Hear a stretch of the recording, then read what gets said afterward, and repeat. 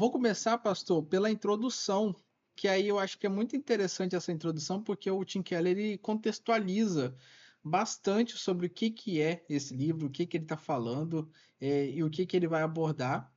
Então, ele descreve esse livro como uma introdução à fé cristã para aqueles que não estão familiarizados com os ensinamentos da Bíblia ou para aqueles que estão desviados também por algum tempo da comunhão cristã ali, né? Então ele vai começar a abordar esse livro para esses dois grupos de pessoas.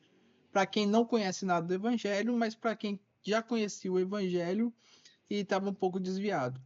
E é muito interessante ele colocar esse panorama, porque ele começa a falar que esse vai ser um livro que fala sobre dois irmãos. E aí eu mandei até mais cedo lá no grupo, a parábola que ele vai estar estudando é conhecida por nós como o filho pródigo, só que ele nem gosta de utilizar esse nome de filho pródigo como parábola, porque Jesus mesmo se refere que havia dois irmãos. Um homem tinha dois filhos, né? Então, é por isso que ele não se refere como a parábola do filho pródigo. Então havia esse pai que tinha seus dois filhos, e aí o mais novo ele reclama essa parte da herança e recebe de imediato, enquanto o outro ali fica no lar com o pai, cuidando do pai, trabalhando junto ao pai. E esse filho mais novo ele vai gasta toda a sua herança com os seus prazeres, com os seus prazeres é, econômicos mesmo, gastando mesmo, mas também seus prazeres sensuais, enquanto o outro fica ali trabalhando junto ao pai. E aí a gente já conhece essa história, até que chega um momento em que, quando esse filho mais novo está passando por necessidade, ele retorna até os braços do pai, ele é surpreendido, porque ele achou que ele ia ter que trabalhar como escravo, ele não achou que ele ia ser recebido como filho novamente, mas o pai o acolhe como filho. E nisso que ele é acolhido como filho, causa essa surpresa, tanto para o filho que está regressando, mas também para o irmão que ficou ali ao lado do pai, falando assim: Poxa, eu estava aqui do seu lado esse tempo todo, e o senhor sempre nunca me deu uma ovelha aí para eu fazer, para eu comemorar com meus amigos, enquanto esse filho que estava perdido aí regressou e já está aí tendo festa, sendo recebido. Então, são dois filhos desse homem que vai ser abordado, e os primeiros 5 capítulos desse livro, ele vai falar mais sobre o sentido básico da parábola. Enquanto o capítulo 6 vai falar sobre como essa história se conecta com o restante da Bíblia, e como o capítulo 7 traz esse ensinamento de modo que a gente possa viver no nosso mundo atual. Quer fazer algum comentário aqui, pastor? Interessante que ele chama a parábola da parábola dos dois filhos perdidos. Ele fala que não tem essa menção do Uhum, pródigo. E aí ele menciona também que o pródigo é o filho mais jovem, mas também Deus é pródigo. Porque a palavra uhum. pródigo não tem a ver com. Perdão. Não está relacionado com rebeldia, mas com esbanjamento, esbanjar. Então é o Deus que esbanja. E ele esbanja o que? Ele gasta toda a sua graça, toda a sua misericórdia. Então é interessante essa visão dele e essa visão de Deus, até pelo contexto da parábola também, né? Que a gente vai falar daqui a pouco. O contexto dela com relação ao porquê que Lucas coloca essa parábola aqui dentro das 3 parábolas, né? Por que ele adiciona essa parábola? Porque tem tudo a ver com a mensagem, com aquilo que Deus queria passar mediante Lucas e a ação de Jesus também, óbvio. Isso, o Tim Keller até traz aqui que pródigo significa gastar até não sobrar nada. E aí ele atribui isso tanto ao filho, que gastou até não sobrar nada, mas também ao pai, que gasta essa graça aí de forma a esgotar mesmo, né? Até o fim. Então, Jesus assim nos demonstra que que o Deus de abundância é um Deus de abundância, né? Na imagem desse pai, e que ele é pródigo em relação a nós, em relação aos seus filhos. Pastor, você acha que vale a pena a gente ler a passagem por completo ou a gente já entra no capítulo? Que é um capítulo um pouco maior do que a gente estava acostumado anteriormente. Acredito que todos acho que fizeram leitura, né, de Lucas 15, 1 a 3 e 11 a 32. Uhum. Você explicou aí também, bem resumidamente, a parábola. Acho que a gente pode já começar o capítulo 1 e depois, caso alguém não tenha lido, possa ler. Beleza. Então vamos iniciar aqui o capítulo 1, que vai falar o povo ao redor de Jesus. Eu vou só introduzir então, já que a gente vai falar sobre o povo ao redor de Jesus, os versículos de 1 e 2 aqui de Lucas 15, que diz: Aproximavam-se de Jesus todos os publicanos e pecadores para ouvir, e murmuravam os fariseus e os escribas, dizendo: Este recebe pecadores e come com eles. Então, a parábola está falando sobre dois filhos, e quando a gente lê essa passagem aqui de Lucas 15, 1 e 2, a gente vê que tem dois grupos de pessoas. A gente tem o grupo ali de publicanos, pecadores, mas a gente também tem ali o grupo de fariseus e escribas que estão ao redor de Jesus. Então, são dois grupos que nessa primeira visão a gente olha como distintos.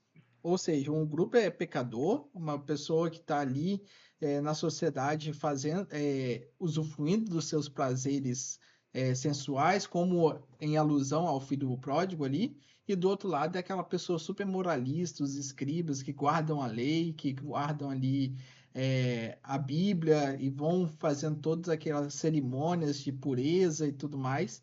Então a gente tem esses dois grupos e é para esses dois grupos que Jesus está falando. Então, primeiro havia os publicanos pecadores e depois havia também os escribas e os fariseus. E aí a gente tem que pensar que os publicanos e os pecadores é o filho mais jovem, e os fariseus, os escribas, os mestres, né, é o filho mais velho. E a gente tem que pensar na parábola e, ao lê-la, lembrar que o filho mais novo é publicanos, pecadores, e o mais velho são os religiosos. Então é para isso que foi escrita a parábola, e principalmente para trazer uma lição para os religiosos. Isso. Então, quando Jesus está falando ali que o irmão mais novo saiu de casa, abandonou o lar, ele está falando exatamente o que estava acontecendo com aqueles pecadores. Era um grupo de pessoas que saíram da presença do Pai, as pessoas que abandonaram as leis e foram curtir a vida assim, apartado do Pai, ao passo que os fariseus, mestres da lei, estavam ali concentrados na obediência da Escritura, né, no estudo da Escritura, e eles adoravam com muita fé, eles oravam com frequência. Então, assim, a gente tem esses dois grupos. E aí, o Tim Keller até coloca aqui que quando no início desse versículo fala que se aproximavam essas pessoas, é um termo grego, aí o pastor pode explicar melhor aí qual foi o termo utilizado, mas que fala sobre essa reunião recorrente em seu ministério de Jesus. Então, sempre que Jesus estava ali pregando, esse tipo de público se aproximava dele, que era o quê? Publicanos e pecadores. Quer comentar sobre isso, pastor? E aí o Tim Keller, ele fala que esse público, ele era atraído por Jesus. Então todos os pecadores, publicanos, queriam estar com Jesus e eram aceitos e recebidos por ele. E os religiosos, eles não queriam estar com Jesus. Eles não queriam se aproximar de Jesus. E aí a questão que a gente precisa entender é que quando Jesus é questionado de comer com essas pessoas, de estar com essas pessoas, de preparar um banquete para esse tipo de gente, causava escândalo nos religiosos. Porque comer significava ter profunda intimidade, amizade, pacto. Então, pessoas no mundo antigo, quando entravam na casa de outras para comer, porque tinha parceria, tinha amizade. Não era qualquer um que sentava ou entrava na casa de alguém. Então, Jesus agora, ele se assenta, ele come, ele faz um banquete para publicanos, para um jovem perdido. Então, Tim Keller faz questão de fazer essa distinção entre pecadores e religiosos. e mostrar o grupo que era traído e gostava de estar com Jesus e aquele que não gostava. Isso. E aí ele até continua aqui, ele faz a pergunta, então para quem que é dirigido essa parábola, né? Porque muitas vezes, quando a gente escuta a parábola aqui, inclusive nas Bíblias, geralmente vem escrita a parábola do filho pródigo, geralmente a gente recai a nossa atenção quanto ao filho que saiu da casa e como esse pai foi bondoso em acolher esse filho que estava perdido e tudo mais. Só que Tim Keller ele dá a ênfase de que quando Jesus estava trazendo esse ensinamento, o público-alvo dessa parábola eram os escribas e os fariseus. Então Jesus começa a contar com uma resposta à atitude desses irmãos mais velhos, como uma resposta às atitudes dos fariseus. Então, tanto é que no final da parábola, ela culmina num pedido para que o irmão mais velho mude o coração. Então é por isso que o tema central, o público central dessa parábola são os escribas e fariseus, porque no final há esse pedido de mudança de coração ali junto ao irmão mais velho. E aí muitas vezes, como eu estava dizendo, a gente escuta essa parábola e a gente só dá ênfase, ou o pregador que está falando dessa parábola, dá ênfase maior no sentimentalismo, de como que esse irmão mais novo estava perdido e está se reconciliando. Então a gente vai sempre dando essa ênfase no filho mais novo. Só que o público principal aqui também, que a gente tem que lembrar, são os fariseus. E aí tem um erro, então, a gente colocar muito sentimentalismo nas pregações, de forma apenas olhar esse lado mais de amor incondicional e esquecer também da advertência que Jesus está trazendo ali nesse seu ensinamento. Quer comentar, pastor? Sim, porque o ponto central não é um pecador que está se arrependendo e voltando para a casa do pai, como é muito usado, mas é condenar a atitude dos religiosos com sua hipocrisia, com a falta de graça, de misericórdia. Então, se Deus é pródigo, como ele diz, que ele gasta a sua graça, os religiosos que, segundo o ensinamento deles, seguiam esse Deus, eles estavam indo no caminho oposto. Então, na verdade, tanto o filho jovem quanto o filho mais velho estavam perdidos. Tem um livro do Henry Norman, que é um padre, ele escreveu A Volta do Filho Pródigo. É interessante ler esse livro também. Ele fez a partir de um quadro do Rembrandt, que ele fica sentado em frente a esse quadro, vendo aquele sentado, contemplando o quadro, o Filho Pródigo, e ele escreve esse livro. E ele trabalha todo o livro falando sobre essa relação entre o filho mais velho, entre o filho mais novo e Deus. E aí ele trabalha a volta do filho pródigo. É interessante para complementar a leitura desse livro aqui também. Foi um dos melhores livros que eu li sobre esse assunto. E aí, continuando aqui nessa questão do sentimentalismo que Tim Keller está abordando, muitas pessoas acham que o público que estava ali ouvindo essa parábola, quando começou a falar que o filho se reconciliou com o pai e tudo mais, acham que as pessoas que estavam ouvindo ali se derramaram em lágrimas, que ficaram ali super com o coração aquecido por estar escutando aquelas palavras. Só que a verdade não era essa. As pessoas que estavam ali ouvindo, elas estavam se sentindo mais ofendidas, mais enfurecidas com esse ensinamento.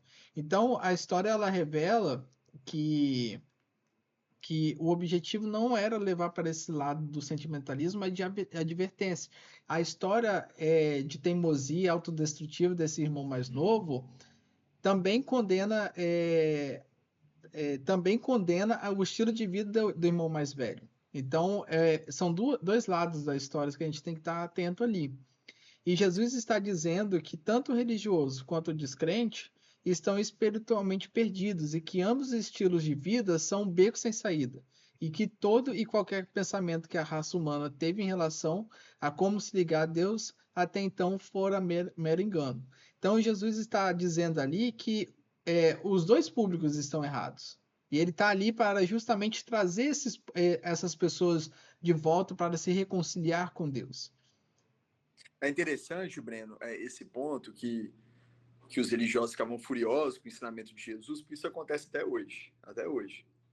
Quando você pega situações de pessoas que cometeram algum pecado, de jovens na igreja que acabaram pecando e fizeram alguma coisa errada, aí vem aqueles moralistas, aqueles religiosos presos nas tradições da igreja, nas tradições que aprenderam dos pais desde que era pequeno, enfim. Essas pessoas, elas ficam com raiva quando você age com graça, com misericórdia, quando você acolhe aquele que estava perdido, que está voltando. Porque na cabeça delas, as pessoas precisam ser punidas. Porque a punição é uma forma de receber a recompensa que elas merecem. Então, se elas não são punidas e recebem graça, misericórdia e bondade, eles ficam com raiva. Porque, segundo eles, está usando agora o argumento aqui, né, está se assentando com pecadores. Ou seja, está passando a mão na cabeça de pecador. Tem um livro que chama Vigiar e Punir, do Foucault, que ele vai trabalhar isso, essa questão. Vigiar e punir. Então, tem que ter a punição, né? A gente que estudou direito, a gente sabe bem, tem que ter a punição. As pessoas não entendem que a igreja ela tem que agir como Jesus agiu. Fazer uma festa, colocar um anel no dedo, colocar a melhor roupa e receber aquele pecador que se arrependeu. Agora vamos avançar um pouco aqui nesse capítulo primeiro. Ele entra no primeiro subtópico aqui, que é por que as pessoas gostam de Jesus, mas não da igreja? É um tópico muito importante, porque realmente a gente vê muita gente por aí, a gente até refletiu no livro anterior, que tem muitas pessoas aí que gostam da ideia de um Jesus good vibes, né? Daquele Jesus assim, nossa, como ele falava coisas bonitas e tudo mais, mas quando a gente vai falar sobre igreja, sobre compromisso de fato, as pessoas se afastam um pouco. Então, por que as pessoas gostam de Jesus, mas não gostam da igreja? E aí o Tim Keller começa a fazer um paralelo aqui. Achei até que minha mãe está aqui hoje, porque isso aconteceu comigo, né? Que é o quê? Geralmente o filho mais velho cresce, ele arruma um trabalho convencional, ele cria raízes perto da mãe, cria ali o seu lar perto da mãe, e o filho mais novo, o que que ele faz? Cresce, fica rebelde.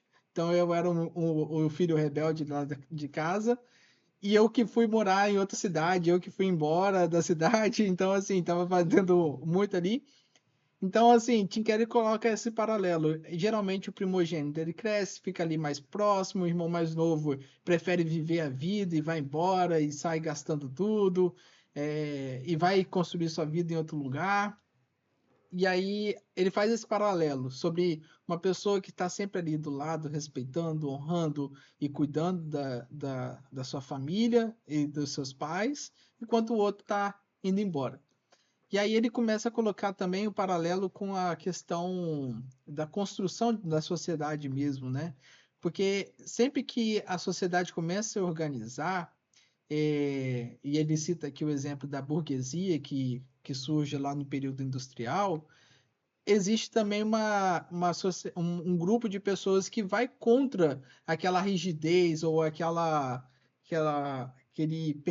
hipocrisia das pessoas, né? Então aí ao lado que tem a burguesia começa a nascer os boêmios. E aí os boêmios vão enfatizar mais os desapegos, as convenções, a autonomia pessoal. Então ele vai começar a distinguir esses dois grupos. Então tem a pessoa que é mais moderada e a pessoa que sempre vai estar ali em rebeldia, pregando essa autonomia, né? Então, cada vez mais pessoas que se consideram cada vez mais na nossa sociedade, tem essas pessoas que se consideram irreligiosas. Por quê? Porque a religião, a igreja como um todo, ela criou ali um aspecto mais moral, altamente complexo, que você tinha que cumprir vários ritos e várias é, ordenanças, e aí a gente vai numa igreja super é, posso dizer, legalista, talvez, né? Onde você tem que cumprir uma série de leis ali, e aí as pessoas vão lá e falam assim, não, eu tenho uma aversão à igreja porque ela é muito fechada, e aí, a exemplo desse filho mais novo, ela tem um grupo que se rebela e tem aversão à igreja. Mas ao mesmo tempo que tem esse grupo que tem se rebelado cada vez mais, a gente também enfrenta um movimento de cada vez mais existem movimentos religiosos ainda mais conservadores e ortodoxos do que no passado. Então a gente tem aí novamente os dois irmãos, né, o irmão mais novo e o irmão mais velho, na nossa cultura atual, né? Então, se a gente tivesse que fazer um paralelo, seria mais ou menos esse. E aí ele coloca aqui, mas de que lado Jesus está nessa história? Você quer falar sobre isso, pastor? E aí ele cita aqui o livro O Senhor dos Anéis, e ele fala dos hobbits, quando pergunta ao ancião de que lado que ele está, ele vai e responde, não estou totalmente do lado de ninguém, pois ninguém está totalmente do meu lado. É interessante isso, porque Uhum. Jesus ele não escolhe lados. Na verdade, ele está condenando, está fazendo um destaque aqui, Tim Keller fala, ao moralismo da religião como, perdão, como uma doença espiritual particularmente fatal. Então, Jesus ele não está do lado do jovem e nem do mais velho. Ele não está do lado dos pecadores e publicanos, nem dos escribas e dos mestres. Ele está simplesmente condenando uma religião que é uma doença, que ele diz, e uma doença que pode ser extremamente fatal. Ele dá destaque, então, a esse moralismo da religião. É isso que ele está querendo confrontar. Não é passar a mão na cabeça de ninguém, como as pessoas falam, né? Mas ele quer isso. É interessante que depois ele vai afirmar que ele diz, né, que em seus primeiros dias o cristianismo ele não era visto como religião. Ele fala isso. Mas na verdade ele era a negação da religião. E aí ele faz algumas afirmações aqui bem interessantes que a gente muitas vezes não pensa, nem analisa, não estuda. Mas ele fala assim que para a gente pensar nos vizinhos dos primeiros cristãos, perguntando a eles sobre sua fé. Aí eles perguntavam: onde fica o templo de vocês? E eles dizem: não, não tem templo. E aí eles ficavam: tá, mas não tem como isso. Mas onde está o sacerdote? Onde o sacerdote trabalha? Aí eles diziam: não, a gente não tem sacerdote. Aí eles ficavam incomodados. Mas onde são feitos os sacrifícios de vocês? Onde vocês entregam louvor aos deuses de vocês? Aí eles diziam: não, a gente não faz sacrifício, não tem mais isso. Então, não tinha o templo, não tinha sacerdote, não tinha sacrifício. Então, na verdade, o cristianismo ele era visto como um confronto à religião. Ele não era visto como uma religião. Então, o próprio Jesus ele era o templo, o sacerdote e o sacrifício que eliminava todos os templos, todos os sacerdotes e todos os sacrifícios. Ninguém nunca tinha visto isso. Então, era um paradoxo muito grande. E e uma nova forma, se a gente pode dizer assim, de adorar a Deus que eles não conseguiam compreender. Talvez se nós estivéssemos lá, nós seríamos como os fariseus, como muitas vezes somos as nossas igrejas, porque não compreendemos o propósito do Tim Keller escrever esse livro, a simplicidade do evangelho. A gente não consegue entender. A gente não consegue entender que para chegar até Deus não precisa dos nossos atos de bondade, não precisa dos nossos méritos. Para chegar até Deus, a gente não precisa sacrificar, porque Ele é o sacrifício, Ele já fez, ele já se sacrificou por nós. A gente não consegue entender que para receber as bênçãos de Deus, eu não preciso de uma pessoa específica para me abençoar, ou um lugar mágico para conferir essa bênção para mim. Não é um prédio que eu chamo de igreja que vai conferir a bênção para mim. Mas é o Deus pelo qual nós adoramos naquele prédio que vai fazer isso. Então, as pessoas não conseguem entender. Elas estão presas o quê? Na religião, e aí elas estão como os Gálatas, quando Paulo escreve às igrejas da Galácia, como quando Paulo escreve aos Colossenses, a gente fica que nem eles, presos ainda no judaísmo, querendo que os nossos méritos nos salve e condenando aquelas pessoas que não fazem aquilo que nós fazemos e condenando aquelas pessoas que não têm uma vida de moralidade como nós temos como bons religiosos. Então ele vai fazer essa crítica, mas ele vai mostrar que o cristianismo ele vem na contramão disso. Ou seja, muitas igrejas hoje não são igrejas. Muitas igrejas são como aqueles religiosos que ele está condenando que parecia o filho pródigo. Perdão, o filho mais velho. Parecia o filho mais velho. É isso que muitas vezes as nossas igrejas são. São comunidades que têm um moralismo preso na tradição, mas que não é capaz de transformar e de agir com graça e misericórdia como Deus pródigo age e agiu ao retratar por meio dessa parábola. E aí eu acho muito interessante que ele faz esse paralelo de que, tipo, no início não havia templo, não havia sacerdote, não havia sacrifícios, e os cristãos eram chamados até mesmo de ateus pelos romanos, né? Ao passo que hoje em dia isso tudo se perdeu e hoje em dia o cristianismo é visto como uma religião de moralismo novamente. Então aquilo que os fariseus que Cristo veio advertir os fariseus, nós nos tornamos atualmente, que é uma igreja que tem templo, que tem sacerdotes, que às vezes tem até sacrifícios sendo feitos ali, e é totalmente contra o que Cristo estava pregando ali. Então, a religião hoje em dia, o cristianismo hoje em dia, infelizmente, voltou a ter esse aspecto mais moralista, né? Algo que Cristo veio para abolir. Aí, Breno, é interessante que ele fala que Jesus, ele atraía as pessoas que eram vítimas de discriminação. Ele atraía essas pessoas. Aí ele cita vários textos, como, por exemplo, a mulher samaritana. Ele cita Zaqueu. Então, ele cita esses textos para mostrar que Jesus atraía esse povo que era marginalizado, que estava excluído pela sociedade. Lembra lá de Mateus capítulo 8, versos 1 a 4, que Jesus ele atrai o leproso que ficava fora da cidade como como um animal, que as pessoas não queriam estar Isso diante em dele. cumprimento à lei, né? Sim. Então Jesus ele atrai essas pessoas. A mulher com fluxo de sangue, aí ele atrai, por exemplo, o próprio Mateus, que era Levi, cobrador de impostos, torna um dos discípulos. Então ele atrai essas pessoas que estavam ali jogadas. E aí ele faz uma. Tim Keller ele fala uma coisa que é muito grave e muito urgente para os nossos dias. Porque ele vai falar e ele vai fazer uma crítica que as igrejas atuais, muitas delas atraem os conservadores, atraem os ortodoxos, atraem os moralistas e não atraem os marginalizados. Ele está dizendo, as igrejas, muitas delas fazem ao contrário daquilo que Jesus fez. As pessoas que são marginalizadas e discriminadas não são bem-vindas na igreja.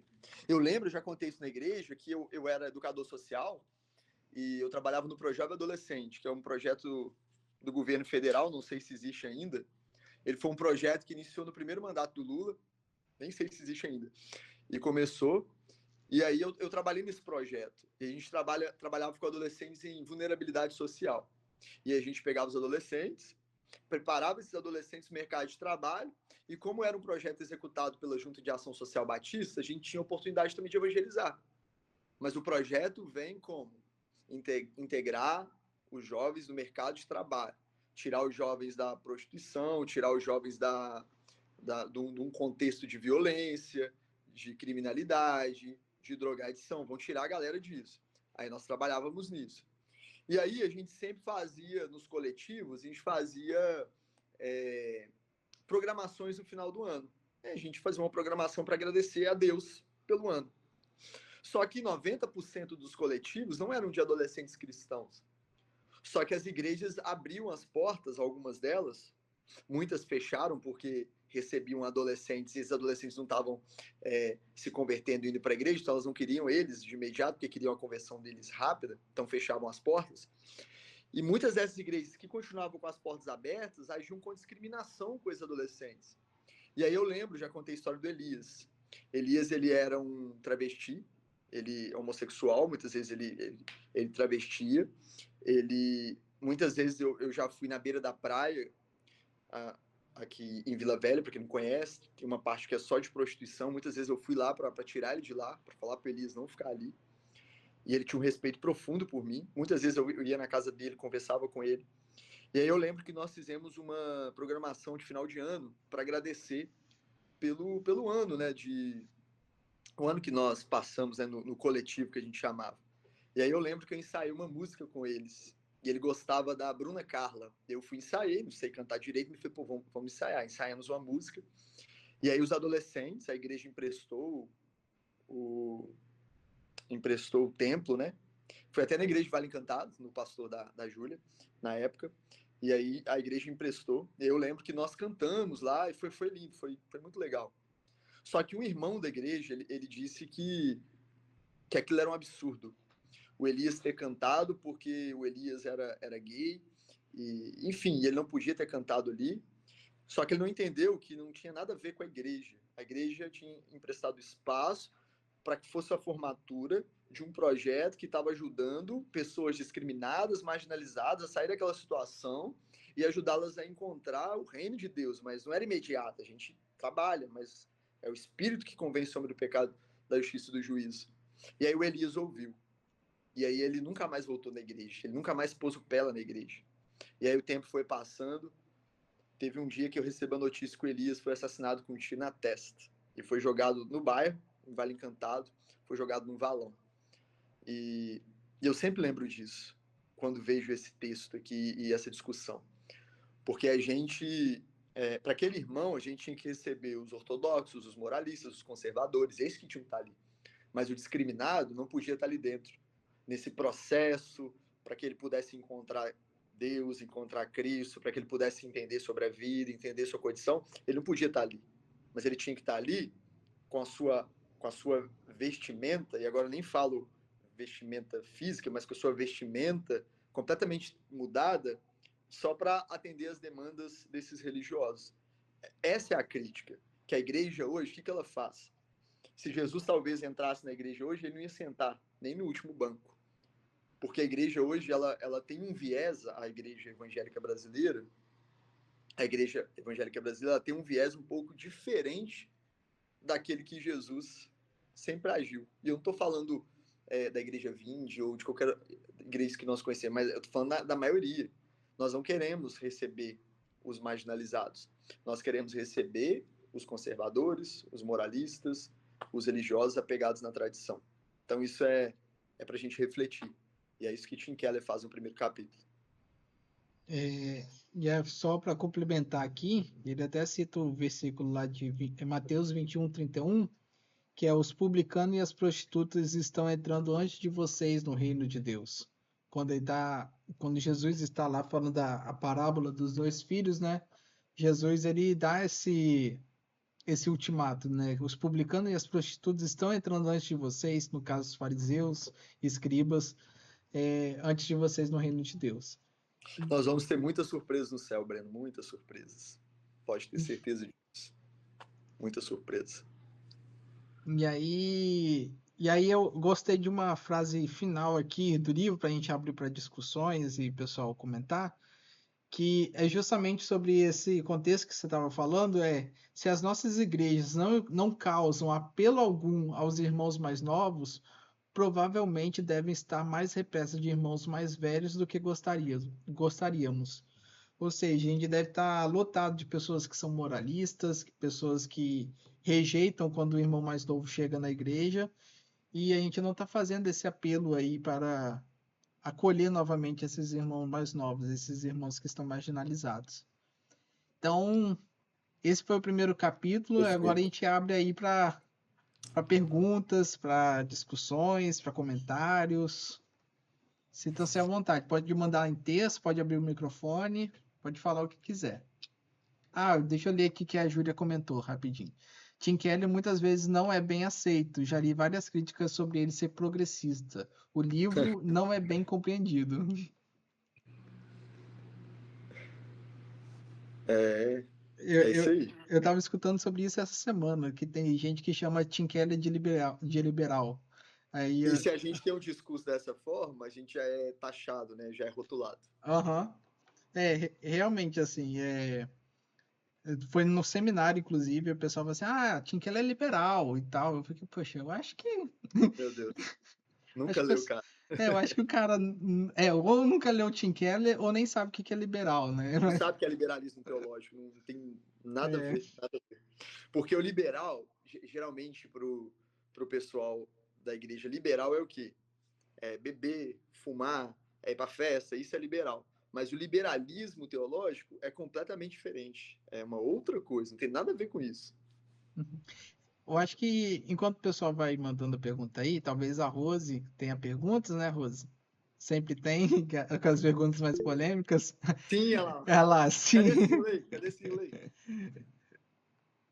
O pastor, antes, enquanto a Rose vai escrevendo a pergunta, ou se ela quiser abrir o microfone, só explica aí pro pessoal que talvez nem todo mundo tá, tá familiarizado, o que que é o liberalismo teológico aí que a gente combate aí. Na verdade, quando a gente pensa em liberalismo teológico, a gente está falando na forma que nós lemos as escrituras, como nós entendemos sobre Deus, sobre a formação da Bíblia, sobre se a Bíblia tem de fato erros ou não, de forma bem simplória, né, que eu estou Uhum. argumentando. Então, o liberalismo teológico ele vai trazer principalmente uma linha crítica com relação à leitura da Bíblia, a textos e ele dá licença para nós de discordarmos dos textos da Bíblia, de pensarmos diferente daquilo que a Bíblia está dizendo, de tirar da Bíblia aquilo que era cultura daquela época. Então, o liberalismo ele pode nos levar até a fazer uma teologia sem Deus. Então, tem professores e teólogos liberais que eles até fazem uma teologia sem Deus. Nós não precisamos de teologar a partir de Deus. Então, a gente faz de outra forma. Então, o liberalismo vai ser uma corrente que vai nos conduzir a ter uma leitura crítica das Escrituras, uma leitura em que eu não confio que a Bíblia ela é revelada, inspirada e inerrante. Vou ler aqui a pergunta da Cirlei. Ela mandou um texto bem grande aqui. Ó, pastor, com base no que o senhor compartilhou aqui, percebo que há certo padrão, se é que podemos chamar assim, sobre quando uma pessoa recém-convertida pode começar a fazer parte dos ministérios da igreja. Gostaria de saber sua opinião. Existe um tempo de preparo ou acompanhamento ideal? Digo isso porque acredito que não é saudável que uma nova convertida fique em cima do muro e acabe sem querer escandalizando a obra de Deus. O que o senhor pensa sobre isso, Rose? Tá mutado, pastor. Tá mutado, pastor. Vamos lá. Jesus disse que temos 14 minutos, né? Jesus disse que aquele que crê deveria ser batizado. E quando nós cremos no batismo, nós cremos na mostra pública daquilo que aconteceu no nosso coração, nascer de novo, como ele fala para Nicodemos. Então a conversão está relacionada com um novo nascimento. O novo nascimento está relacionado na crença de que eu sou um pecador, preciso de Cristo, que a ira de Deus está sobre mim, que eu devo Deus, mas por meio de Cristo todos os meus pecados foram perdoados e sem Ele eu não consigo ir para o céu. Eu creio então que somente por Ele, não por mim, que pela graça dele eu sou salvo, que isso não vem de mim, é dom completo dele, é glória completa dele, é honra dele. Quando eu entendo isso, entendo a gravidade do pecado, eu fui salvo. Agora estou, a partir desse momento da regeneração, que os meus olhos espirituais são abertos, agora estou num processo que chama santificação. E aí a santificação, ela começa no momento da conversão. Eu sou santo, um ato separado para Deus e por Deus, estou num processo de santificação. Nesse processo, eu posso falhar, eu posso pecar, e eu vou falhar, eu vou pecar, mas eu vou ir crescendo, eu vou ir amadurecendo. E aí eu penso, como uma pessoa pode trabalhar na obra de Deus? Quando ela pode? A partir do momento que ela é salva por Cristo. Por quê? Porque agora ela faz parte da igreja. Cristo é o cabeça. Nós somos o corpo. Nós somos disciplinados por ele todos os dias, e a disciplina para nos tornar pessoas melhores. E a condição e o pré-requisito para trabalhar na igreja e numa igreja local está associado com a conversão. E quando é a conversão naquele momento? Ah, mas aquela pessoa ainda está fazendo isso. Ela está num processo de santificação. Ah, mas fulano de tal está falando isso, está falando aquilo. A pessoa está num processo de santificação.